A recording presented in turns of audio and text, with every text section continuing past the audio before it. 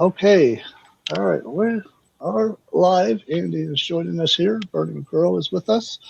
Uh, Good afternoon, everybody. My name is Bobby Hughes. I'm the Executive Director for the Eastern Pennsylvania Coalition for Abandoned Mine Reclamation. And I'm your host today with my co-host, Andy McAllister from the Western Pennsylvania Coalition for Abandoned Mine Reclamation.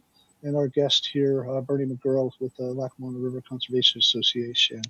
I want to tell you about the Abandoned Mine Reclamation Chronicles. It's a sort of a one-of-a-kind podcast that has been conversing with passionate community leaders and community-minded partners that have been highlighting, outstanding reclamation and community cleanup efforts and showcasing and discussions around stream improvement projects and sharing emergent ideas and technologies and their efforts to reclaim and remediate our legacy abandoned mines across Pennsylvania. And this afternoon here, we've got our special guest, Bernie McGurl, and Andy's going to kind of get a lead into the discussions here, but I'll turn it over to Andy, and we welcome Bernie to the podcast.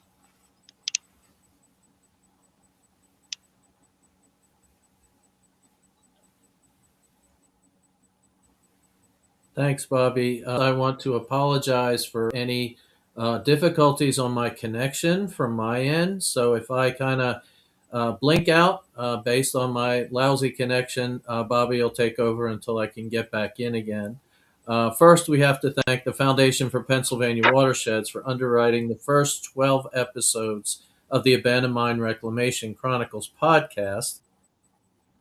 The first 5 episodes have already been archived on YouTube channels, and we're hopeful that live streaming personal interviews and discussing timely topics related to abandoned mine reclamation engage our audiences on a different level. And so feel free to put your questions and comments into the comments box of whatever platform you're joining us from, and that way we'll try to incorporate those questions along the way. Okay, Bobby. All right. Well, first, I'd like to introduce here and take a few minutes, really, before we get into discussions with Bernie about his background and give you a little indication of some of the tremendous amount of work that he's done in northeastern Pennsylvania.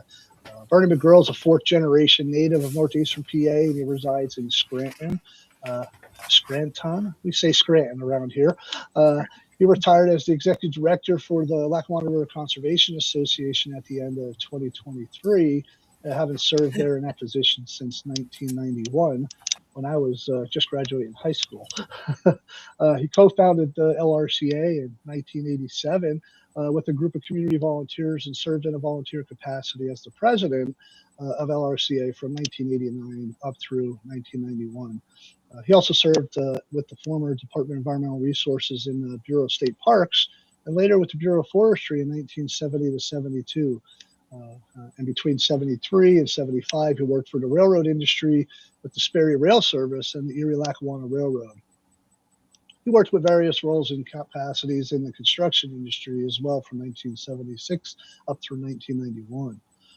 Bernie's work with LRCA included collaborations with different consultants, Hoffman, Williams, Laughlin, and Fletcher, to develop the Lackawanna River Citizens Master Plan in 1988 and 89. And he also participated in the development of the plan for the Lackawanna Heritage Valley in 1990. He collaborated with the U.S. Army Corps of Engineers to produce a reconnaissance study for the Lackawanna River Greenway in 1993. He's directed the development of the Lackawanna River Watershed Conservation Plan in 2001.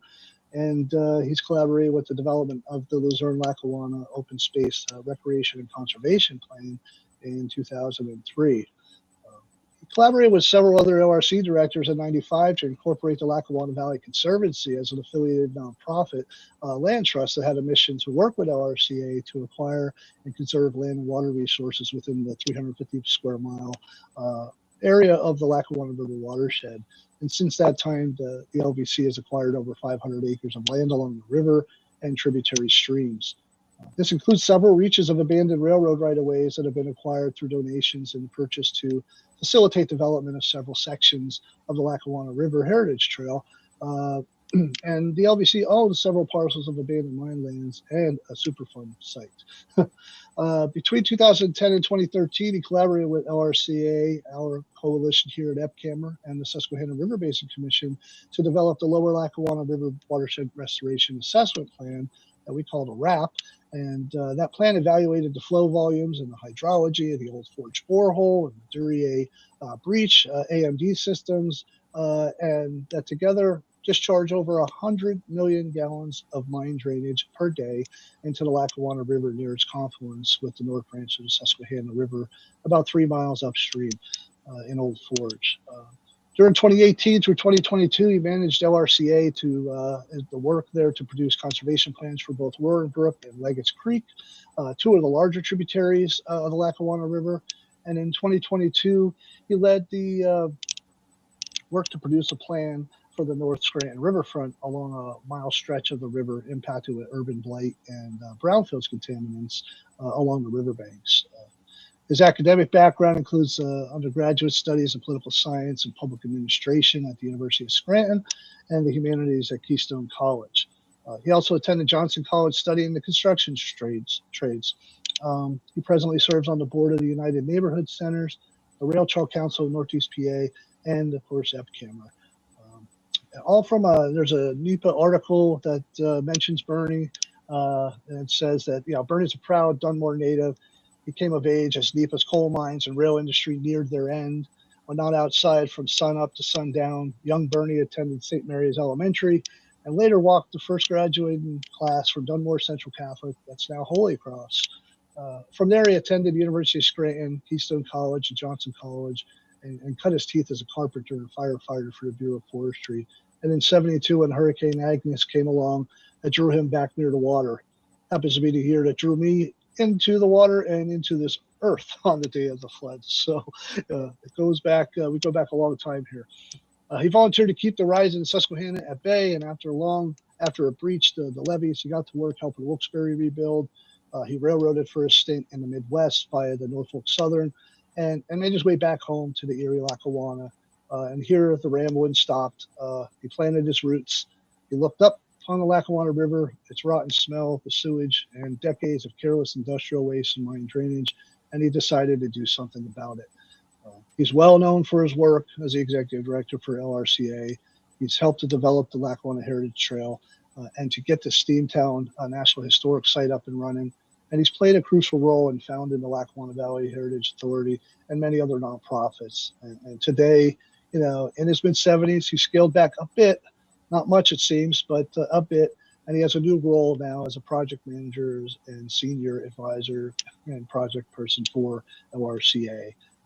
So, with that, we really welcome Bernie. And it's worth taking the time to mention all the efforts that you've done over your career here. And we want to welcome you to the podcast. Definitely welcome, Robert. Bernie. Thank you, Robert.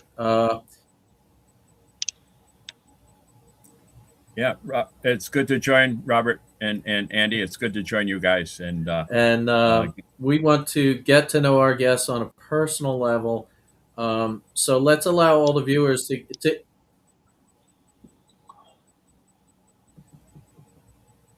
let's get to know you a little bit better. Some questions that came to mind. Where did you grow up? Where are you from now? And tell us about your family. Okay.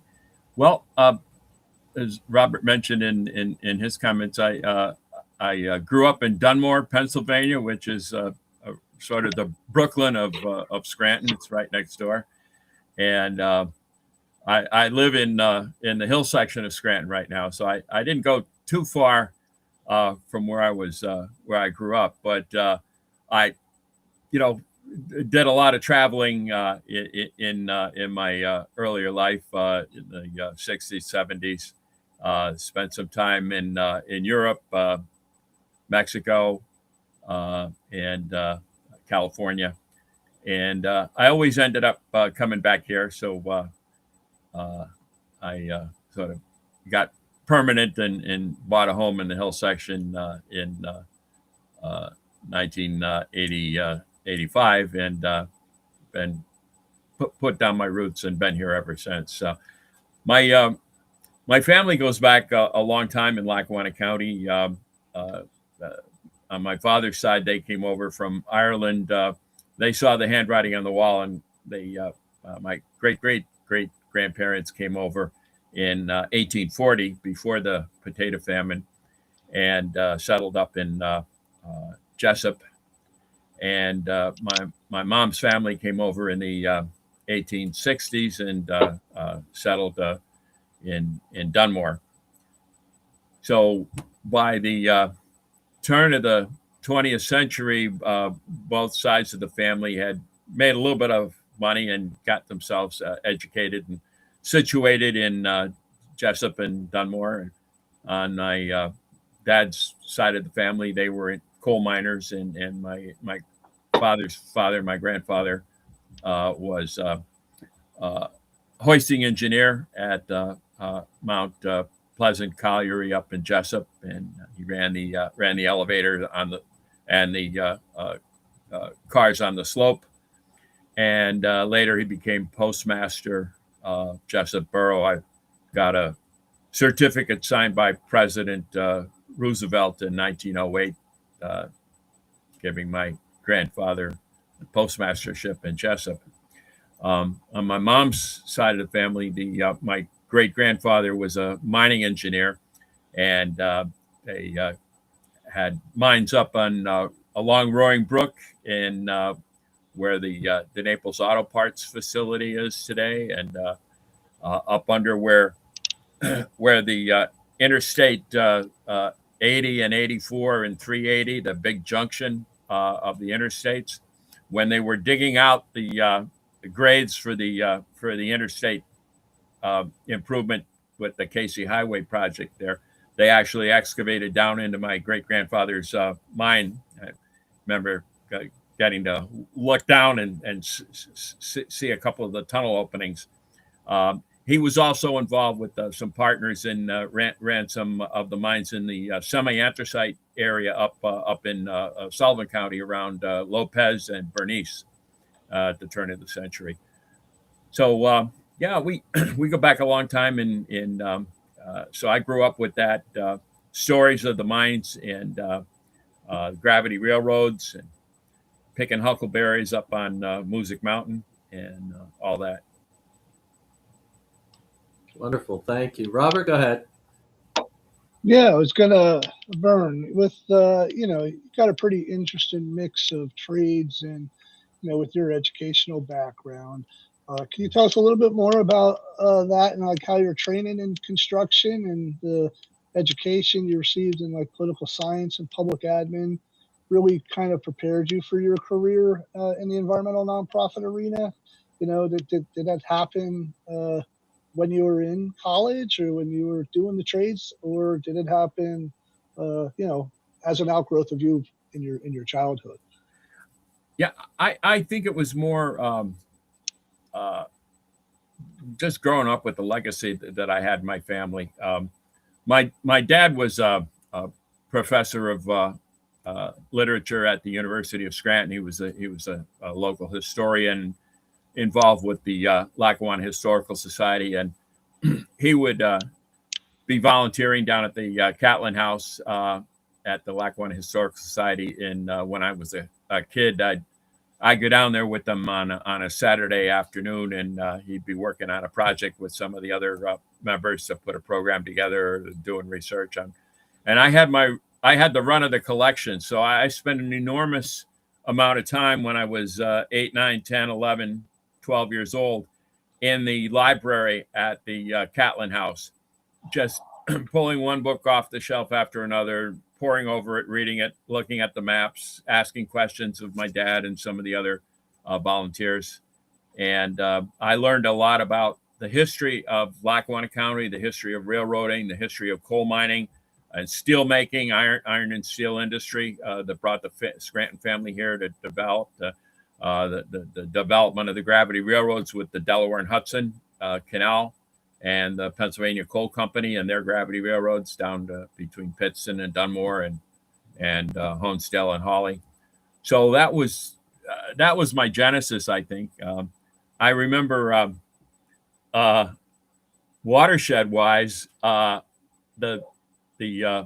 hurricanes of 1954 and 1955, Hurricane Hazel 54 and Diane at 55, they were big eye openers for me as far as watersheds go. But prior to that, I think I was probably 2.5, 3 years old, and getting a bath and one Saturday night and pulled the plug to drain the tub, and I asked my mom, where's the water go, Mom? And she explained to me it went down a pipe under the house and out under the street and down the street, and it poured into the Lackawanna River. And I said, oh, all that stuff from our tub and toilet go into the river? And she said, yeah. And I said, well, where does the Lackawanna River go? She told me it went into the Susquehanna River down near Pittston. And I said, where's the Susquehanna go? And she said, it goes down all the way through Pennsylvania into Maryland. And it goes into a big, beautiful bay called the Chesapeake Bay.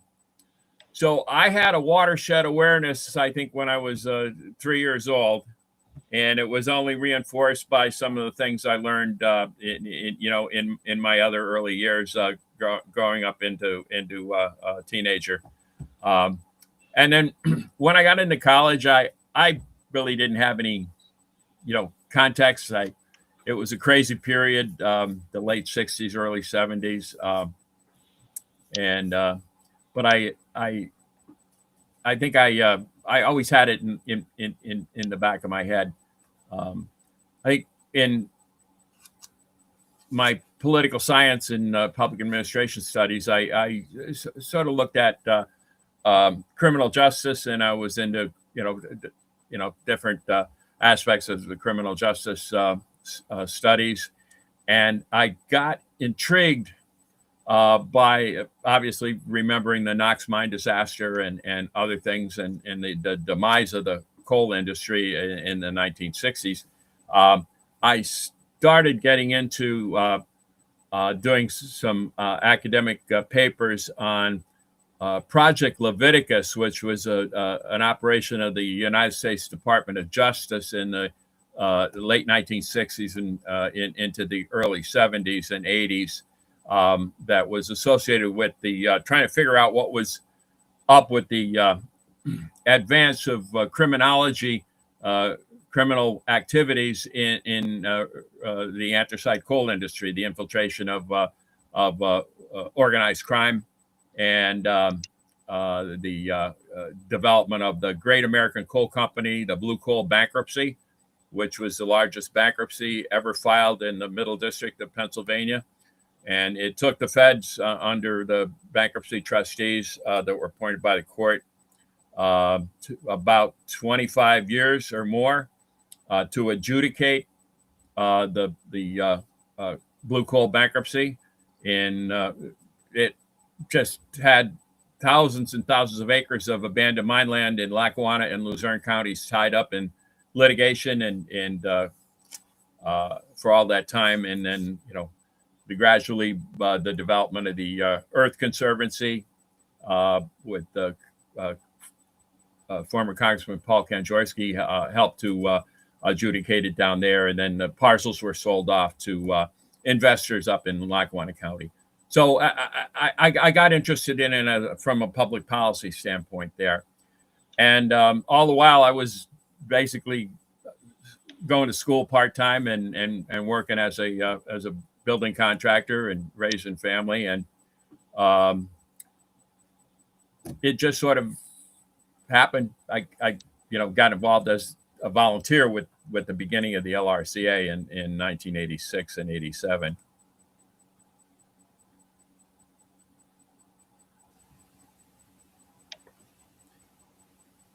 Interesting. Robert, if you don't mind, I'll have a question here. Bernie, who was one of your mentors as you were growing up? Mm-hmm. Well, I lost my dad in 1969. He passed on much too soon, and I sort of had to become I knew I couldn't become my father. I wasn't ready to fill his big shoes. But I was fortunate enough that I had two parents who loved one another very much and who were great parents to myself and my two brothers. So I had a great emotional and intellectual foundation from his legacy. But I had to sort of become my. I'm the oldest child, but I was always looking for an older brother out there.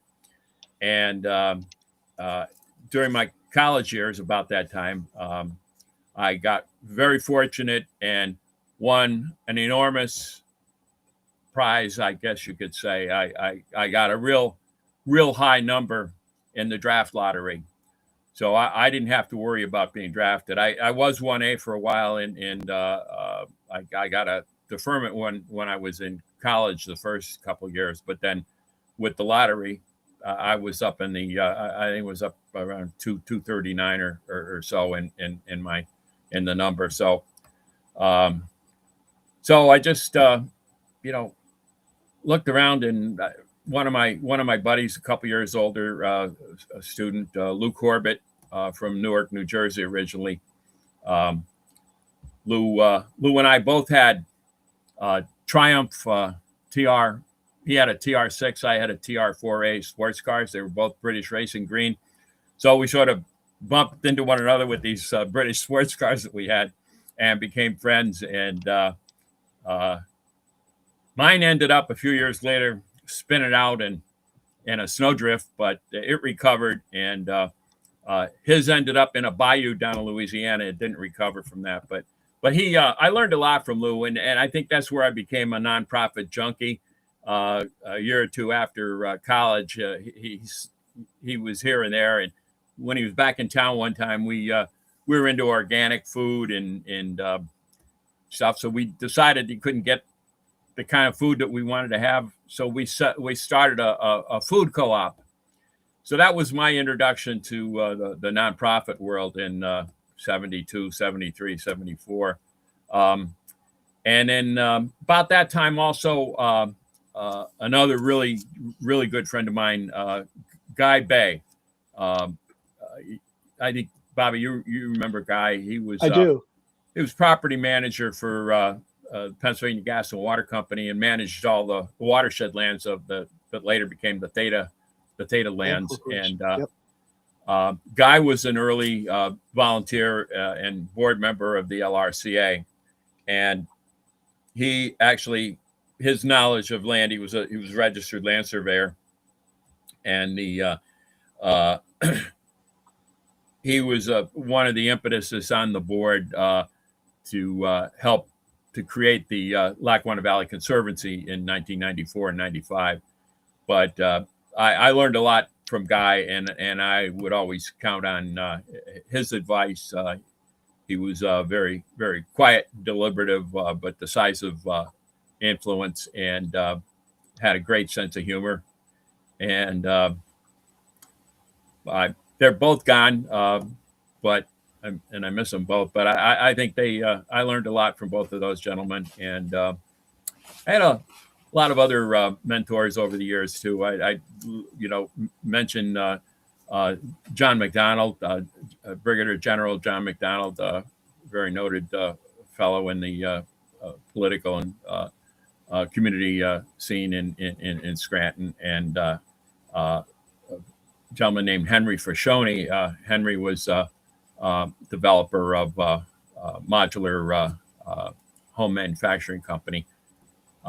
So I learned a lot from those guys too, serving on nonprofit boards in the community over the years.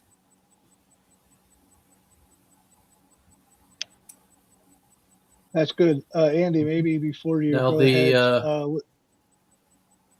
Yeah, let's look at that question, Robert. Can everybody see the question down there? It says, how do we balance mine reclamation efforts with current developments in the valley?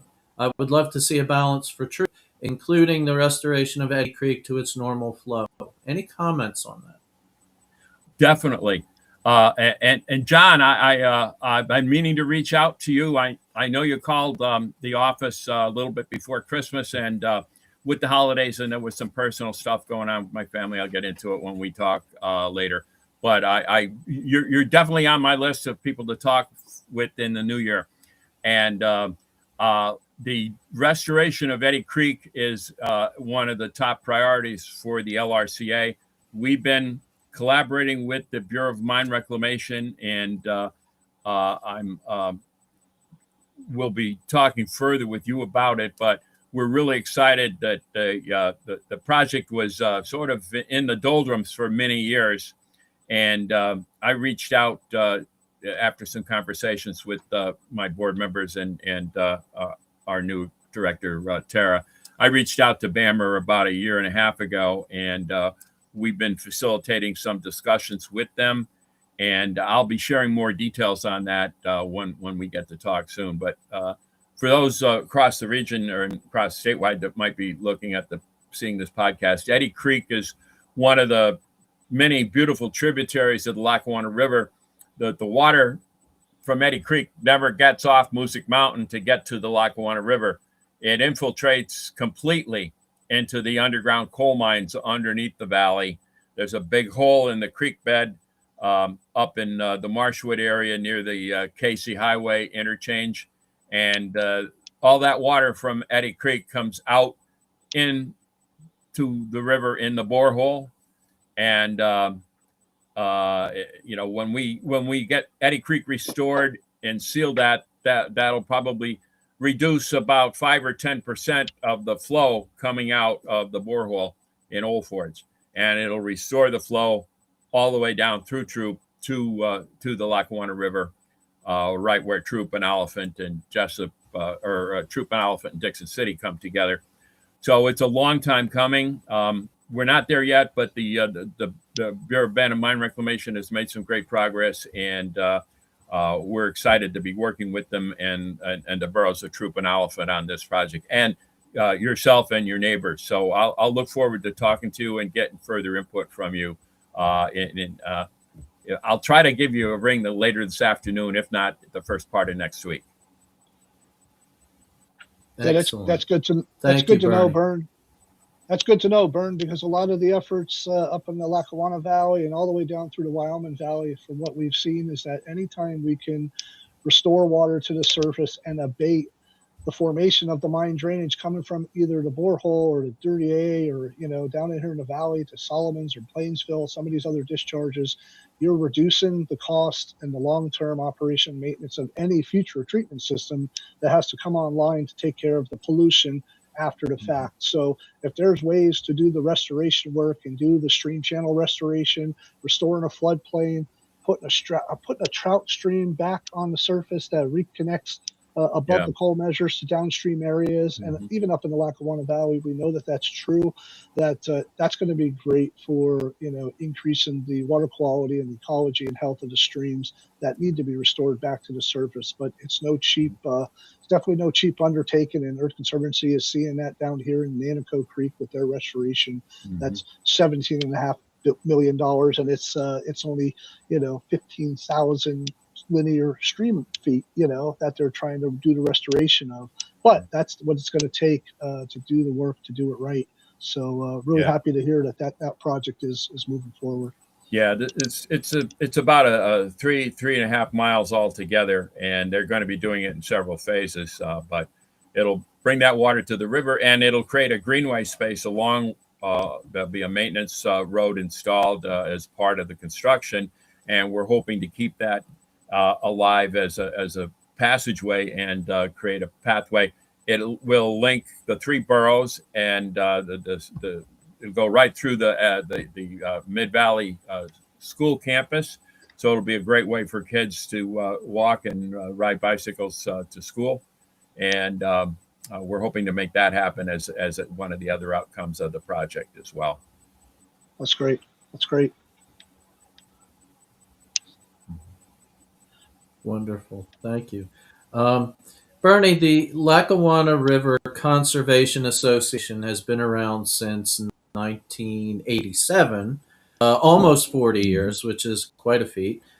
Can you tell us a little bit about the formation of the organization? Talk a little bit about its evolution and the keys to success as the organization has continued for nearly 40 years.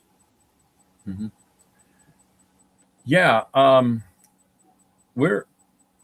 I think the key for our success is people got involved, and people got involved in a way not to oppose something, but to support something, to encourage something, and to be proactive in doing so, and to bring people together to build a consensus for action to move forward. Um, and it was I think in large part due to the development of the National Historic Site at Steamtown with the National Park Service. Um, and I got involved with that as a volunteer. I attended a bunch of the planning meetings that the Park Service sponsored in 1985 and 1986. I was enthusiastically involved in welcoming Steamtown that came down here from Vermont. It was a private railroad collection, and we lured them down here. They were looking for a potential tourist development area that could get more tourist traffic than Bellows Falls, Vermont. So they came down here in '85, but they were a nonprofit. They were in rough condition. Their founder had passed away. He died, I think, in an airplane accident, and we ended up with this big collection of steam engines and old rusty railroad equipment. And they went into bankruptcy after the second or third year. And I've been involved as a contractor working with Jack Sweeney from the Scranton Hobby Shop. And he was involved in helping to restore the railroad station up at Pocono Summit. And we did restoration work up there on that building. And then I got talking to other railroaders and the Park Service people, and they provided input on the development of the National Historic Site. But as that was going on, other conversations were bubbling up to the surface with the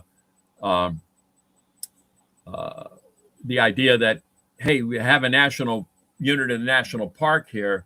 It's not just that facility. It can grow out into the community and look at some of the other cultural and historical aspects of the community and help to develop them, and environmental aspects too. So the idea that the railroads ran along the river, the Lackawanna Railroad ran along Roaring Brook, which I grew up on Roaring Brook, fishing, swimming in Roaring Brook when I was yay high to a grasshopper, and it was a big thing in my life. But you could swim in Roaring Brook up above the city, above Dunmore, above the junkyard, but you couldn't get down to the river because it was just filled with crap, and the sewers and everything else ran into it, and mine waste and drainage. And so the idea was that, hey, if we could create a watershed group, then that could help restore the river and get people involved in that. So we did that, and actually I wasn't the lead entity on that. A fellow named Len Altier, whose family ran a jewelry store in Scranton. Len was the guy that came up with the idea that wanted to work with Park Service and have these meetings. So I just attended the meeting and got involved as a volunteer because I had some knowledge of nonprofits from service with other nonprofits in the community. I helped get on the committee that developed the bylaws and got it incorporated, and then joined the first board as just a board member. And then Len left got into politics and run for office, so he couldn't serve as president for the second term. So I got persuaded to be president. So I was doing that work, and we were all, by that time in 1987 and 88, we were engaged with consultants developing the master plan for the river. And so I'd have to take off my nailing apron because I was still trying to run a construction business. And go to a meeting in Philadelphia or Harrisburg or Washington or somewhere here in town and put on a coat and tie. And I sort of enjoyed doing that. And there I started going back to my history with the community and a lot of the things that I remember reading and when I was a kid at the Lackawanna Historical Society. And so that all started coming back to me. And you know, it turned out that, well, I've got this intellectual resource from my education and background that could contribute to the development of the LRCA. So I enjoyed being president, and we were raising money. We were going to hire an executive director, and I got talked into doing that, and then I talked the board into hiring me. So, but it was a collective effort. I was not the lead, as I said. Len and some of the other folks that got the initiative going, and I jumped on the bandwagon, and guys like Ray Angeli, Alex Kamide, Harry Lindsay, Joe Corcoran, Joe Quinn, Reverend Monsignor Joe Quinn. There was a big cadre of folks from across the community that Tom McLean, my buddy John Gable, just saw a post on Facebook from John talking about an orange turtle down at the Old Forge borehole with iron oxide on it. So it was a large group of us, and we wanted to be open. We wanted to include everybody and get everybody, being cheerleaders for it, and rolling up our sleeves and starting a river watch program and learning about the ecology of the river, learning about the bugs, the fish, the wildlife along the river, learning about the abandoned rail lines and the junkyards and the Superfund sites and the abandoned mine sites and the combined sewer overflows and the Old Forge borehole and the other AMD drains into the river, and just get it all figured out. How can we address the bad things, take advantage of the good things, build on that tradition, that heritage, and make a positive thing happen about it. So that's sort of what the adventure was. And we continued during that in the early years in the 90s, got the Corps of Engineers involved, developed a strong partnership with the Corps of Engineers and the Heritage Authority to develop that Greenway plan.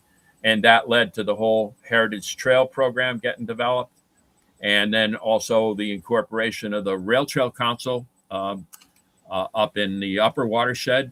We had a lot of people in the Uniondale and Forest City area that were interested in protecting the railroad, the abandoned D&H Railroad. And we were able to acquire that railroad out of the Guilford bankruptcy up there in New England, and developed it in one of the best rail trails in this part of the world right now. So all that happened over a 30-year period, and it was just one thing after another. And and then we had Riverfest, and we had an event called Canoe-a-thon, where people actually started paddling canoes down the Lackawanna River in 1973 when the sewer plants came online, and finally the river was relatively safe enough to stick your foot in and paddle a boat in, because there was no longer sewers dumping into it directly every day. So we took that event over in the 1980s, and we had that as an annual event, and that attracted hundreds and thousands of people over the years, and introduced them to all aspects of the river, from fishing to boating to paddling and biking and hiking along the trails. Well, Bern, Thank you, Bernie. LRCA Robert, we have a question. Go ahead. Okay. Oh, let me see here. Okay. Well, let's take this question from our dear president for EPCAMR. I'd be remiss if we didn't do that. He thanks you, Bernie, for your lifetime of achievements, and he wants to know, how do you see the data centers affecting the Lackawanna River watershed at this time, and what have you been hearing up there, up valley, and how things are going, and is the local municipalities, really starting to take a heavier role in both the planning and zoning efforts as these are trying to, make their way into a lot of the former mine lands and other parcels that are in the Lackawanna Valley. Great question, Joe. I was just reading a little bit in the New York Times this morning about AI, and Americans have got some big concerns about AI and the data centers that empower it. And I think we're seeing that obviously at the local level. And the amount of proposals for the construction of data centers, there's a whole bunch of speculation going on.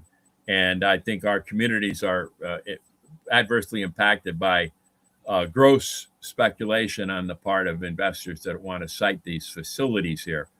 I'm not sure that it's a good thing over the long term, as far as how much of that is sustainable. How much water do we have for the data centers? How much could we sustain? Obviously, we've got 60 to 100 million gallons a day of mine drainage. If these data centers want to develop a mine water treatment plant and help us clean up that water, then they're certainly welcome to use that water for whatever purposes, for cooling and stuff. But otherwise, if they're just going to be taking water from the headwater streams, like the headwaters of Eddy Creek or the headwaters of White Oak Run up in Archibald, or further up in the river, I don't think there's enough water to sustain that. Maybe one or two facilities, but 8 or 10, no, there's definitely not. And the impact on power, obviously, we have the electric generating plant and Venergy facility up in Jessup, and that's a steady power source, and it's tied to the Marcellus. So we have one industry that a lot of people look on with adversity, the Marcellus gas fracking, and the consumption of electric power from that facility. Well, most of it's exported out of the region anyway. So they're going to be a battle for using electricity. What are the impact on our rates going to be? I don't think we know that. So I've got a lot of concerns about it, and I think we're a day late and a dollar short as far as our zoning and protection. But on the other hand, we do have some abandoned mine sites. We do have some abandoned mine water. The treatment and proper restoration of mine sites could, in the right context, facilitate the development of a good data center that would have the sustainability as far as treated mine water as a coolant, and maybe electricity to be generated at a cogen plant. So across the anthracite region, I think there are locations that could sustain a responsible number of data centers. But how much is enough? And right now, this is a huge technological change for humanity and the planet. We're at a stage in our development as a species on this planet that is crucial. It goes back to the development of fire and the development of writing and speech and communications by our species, and then the development of metallurgy, the Bronze Age, and the transition of the Bronze Age to the Iron Age. So we're at one of those. This is a tipping point, along with the climate change that's happening. So it's really, really interesting. I think we need a firmer hand on the tiller to control where the ship of state is moving, and I don't think we have that right now on the national level. So what its impacts are going to be, we're going to have to slug it out, and I think that's where we're at right now. Yeah, I agree, Bern. I think we're going to need to keep a close eye on that. EPCAMR will as well, because a lot of the work that still remains to be done, looking at the mine pools and the water use and how that water chemistry and temperature and flows could be changed over time, or something that really need to be looked at, in particular in the upper Lackawanna, where that cold water fishery needs to remain a cold water fishery. Yeah. And if there are some temperature changes that could exacerbate the dropping out of metals, potentially that could very much change the entire landscape of that recreational, hotbed of trout fishery in the Lackawanna that we all enjoy so much. Yeah, so, and that goes for across the region as well. Yeah. And we'll be coming out with a report in February too that Frank Syndico, one of our staff, is working on. That's done some tremendous research out of our Department of Energy grant that we had in northern Schuylkill County at the Maria mine pool location, and ideas around solar, alternative energy, geothermal potential. And Frank has put together a tremendous report and done some research that will be releasing soon that will give a lot of people some more insight, I think, here coming shortly after the new year here. So look forward to that too. Yeah, I am, Bobby. And, I think all of those things that you just mentioned, the idea that, we have a post-industrial environment that we're living in, but there is still tremendous, it helped to kindle the Industrial Revolution in the United States. This is a major element of it from this area, from the anthracite. And all these sites, they're out there. They can still be a part of the new economy going into this century and into the next couple centuries. But we have to do it right. And we need to bring these on, and we need to be open-minded about it. We need to welcome wind. We need to welcome solar. And we need to welcome that change. And we need to get away from fossil fuels. We still have to make a transition. Fossil fuels still have a place. And it has to be a mix. And I hate to say it, but I think nuclear still has a place as well. I think that we need some transitions there and some improvements there. But we need to address all that. I think for sake of time here, Bernard, we'd like to ask you about some of your recent work and the white paper that you're working on that's related to the Old Forge borehole, our sort of public enemy number one down there in the lower 3 miles that impacts the lower 3 miles of the Lackawanna River and Old Forge, and how that kind of came about, and a little bit on the construction and why it was drilled and constructed in the first place. And App Cameron and RIPA, we're proud to fund that research through one of our recent mini grant awards that we've been giving out for a number of years now, almost 15 years, and giving you the time necessary to do some digging into that history of the borehole. So what's been going on there with your work? Yeah. Well, it's really fascinating, Bobby. It's something I've been interested in for a long time. I think I may have mentioned in an offhanded way to Tara, when she first started coming on board a couple of years ago. I wish I had time to do some research on the borehole and get all the stuff together about it so we could cite chapter and verse on it. I had a general understanding of the big idea of the big issues, what it was doing and why it was necessary to drill it. So Tara was speaking with you and with Bodie Morin at the Anthracite Museum, and started talking about the borehole, and the idea came about. Gee, wouldn't we need to have an exhibit about the borehole? You heard that we had discovered the plug from the core drilling, and so we had a meeting at the museum a few months back, and your suggestion that we look to the RIPA grant program as a catalyst to get the idea started. So the thesis is we're doing this white paper research program on the borehole, and then that will serve as the basis to help us as a community develop an interpretive exhibit at the Anthracite Museum. Because we have a lot of history of the mining industry in Pennsylvania in the Anthracite Museum. We have a lot of that in our heads, but the demise of the industry from the 1950s into the 60s and 70s, when it all fell apart up here, it's recently happened, and it's been documented in the primary sources in journalism and in the state records. but nobody's quite pulled all that together.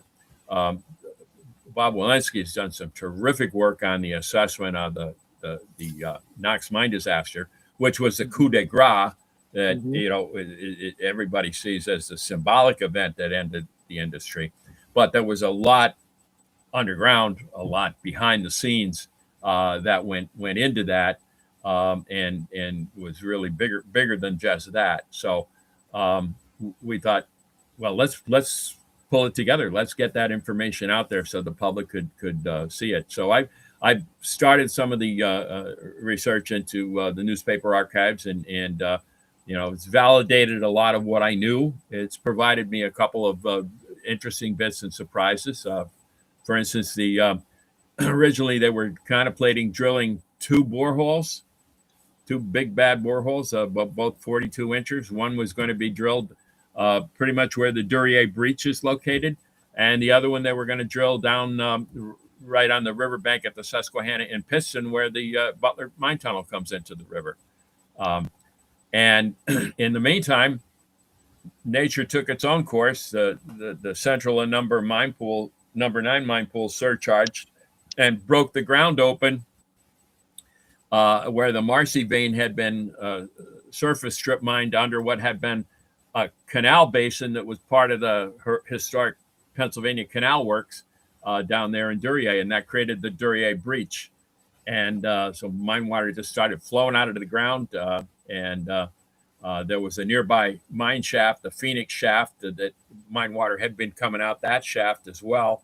But the flow of that water caused the shaft to collapse, and then it further backed up, and then it broke the ground open. And that happened in 60 and 61. And so it was right about the time after Knox, all the mine companies were reassessing because they had anticipated Knox. And if you go back and look at the Bureau of Mines bulletins in the late 40s, Stephen Ash correctly predicted that there was a high potential for a mining accident that would rupture the bed of the Susquehanna River or one of the other large tributaries and cause a huge inundation of the underground workings in the Wyoming Valley. And that was a big concern. And finally, it happened at Knox. And the federal response was, well, we'll give you pumps, but you got to pay the electric bill and pump the water out yourself.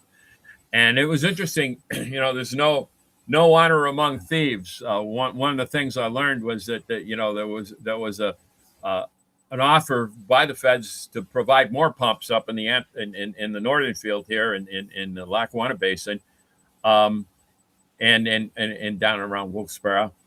But the anthracite industry operators up here, Glen Alden, Hudson Coal, Pennsylvania Coal, Pagnati, Moffett, Penn Anthracite, some of the other smaller ones, they were saying to their congressman, well, we need subsidies to run the pumps and pay for the pumping charges. Since 1957, you had the economic intersection where the cost of pumping exceeded the price per ton on the open market. Well, if you were operating in Hazleton, you were at the top of the anticline, you're pumping, you didn't have to pump. You just had to drain it by gravity. You were draining out the Jetto Tunnel or the some of the other tunnels off the sides of the mountain in Hazleton. And the same went for some of the other anticlines and even some of the synclines that had drained by gravity down in the middle and southern fields. So the operators down there weren't interested in paying a royalty tax to help fund the pumping of their competitors up here in the northern field. So they couldn't make that happen.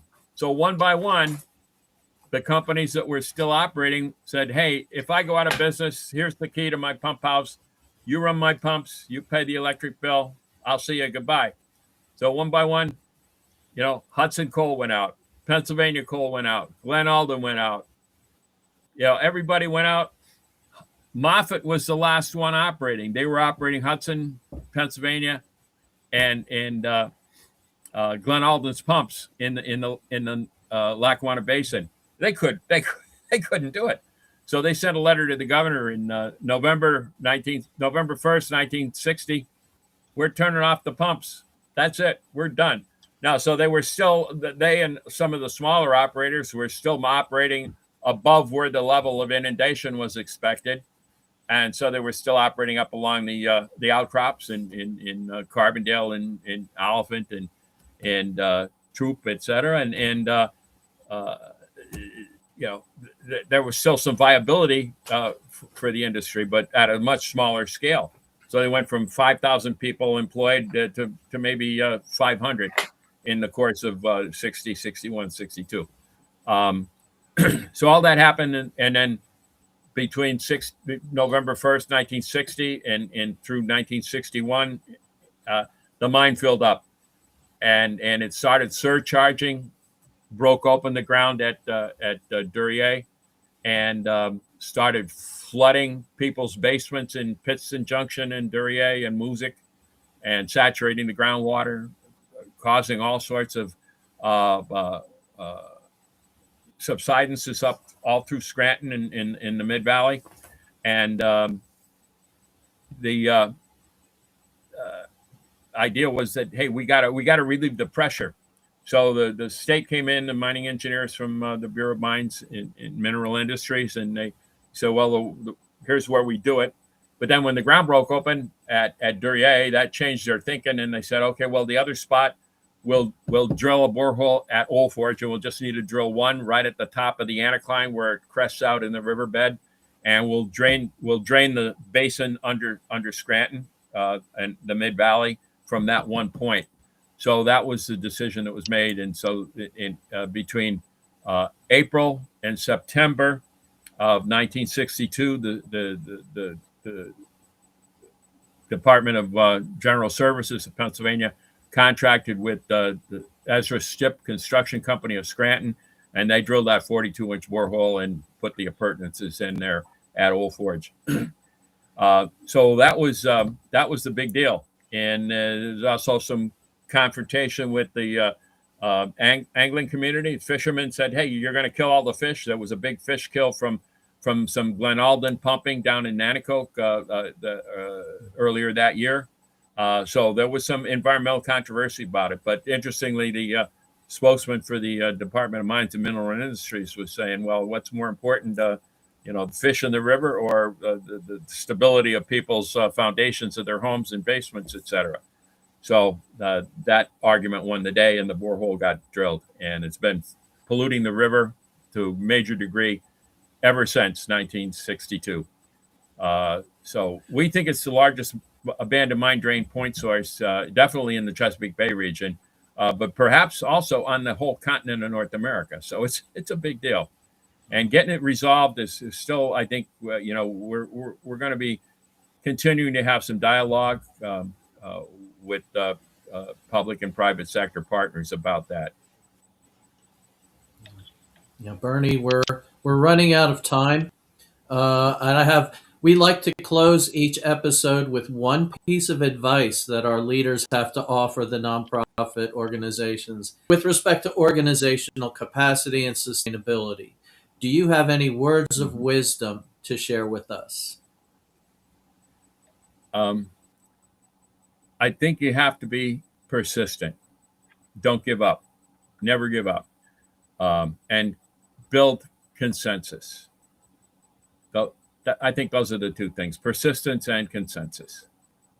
Always go back to the source and make sure everybody's on board. Thank you.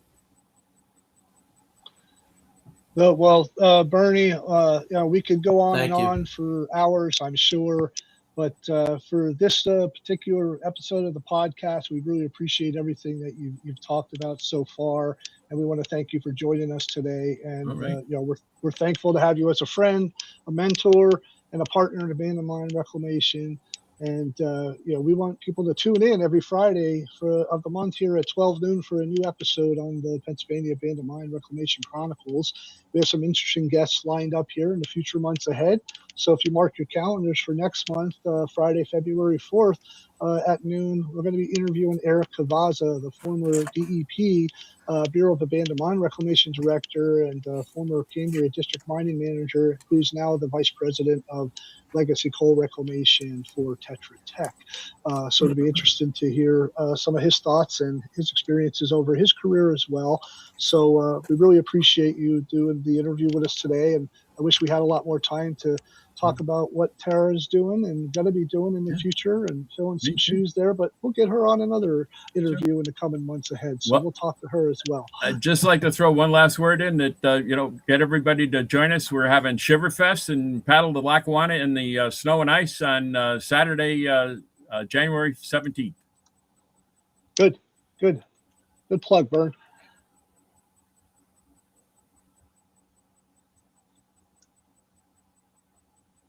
And there's a little link for it. So thank you. Okay. Great, Robert. Thank you. Andy, thank you very much.